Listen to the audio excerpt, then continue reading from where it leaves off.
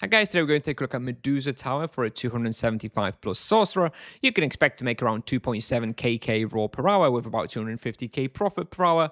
I was level 270 with 95 magic level when I recorded this video. Here is all your analyzers. It's 50% physical damage, 30% life drain, 20% earth protection.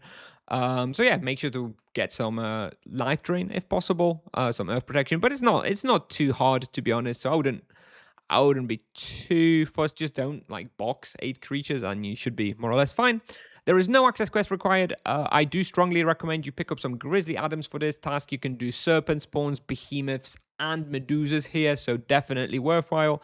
Charms, I think, is more or less not applicable for this respawn. I wouldn't really bother with it. Of course, you can get something like Curse or Freeze on Behemoth. You can get like Inflame or Zap on the Medusa if you want. I don't really think it's necessary. It's not the kind of respawn where you really want to worry about charms. For the wheel, you need tier 1 Death Echo.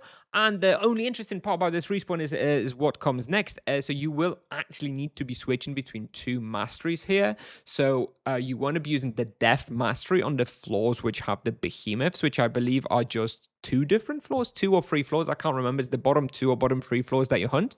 And you want to switch to the Fire Mastery on the top 3 floors, which have only Serpent Spawns and Medusas.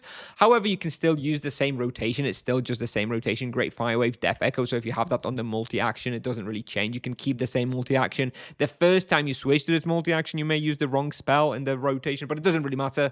Overall, I just switched the masteries. I kept the multi-action button. Didn't really worry about it. Worked very, very nicely. That is because fire doesn't really work that well on Behemoth. So on the Behemoth floors, if you're in the fire rotation, it's not going to be great. And likewise, you don't want to be in a death rotation on the higher floor. So you do kind of just want to switch, but it's very simple. Just make sure you have the masteries easily clickable, switchable. You only need to do it like once every 2 minutes. So it's not too bad. And yeah, pretty fun hunt otherwise, honestly. And for the route, I'm not going to show you anything because it is just a tower that you're going up the tower. It would be very hard to draw it out here on the presentation.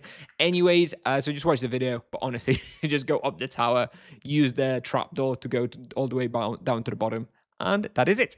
And yeah, pretty okay respawn. There's always an echo raid in here as well, so do keep that in mind. Every 30 minutes, you've got a guaranteed echo raid somewhere that can either help or break your respawn. But yeah, something to keep in mind. Anyways, thanks so much for watching. I'll play the video now, and I'll see you in the next one. Bye-bye.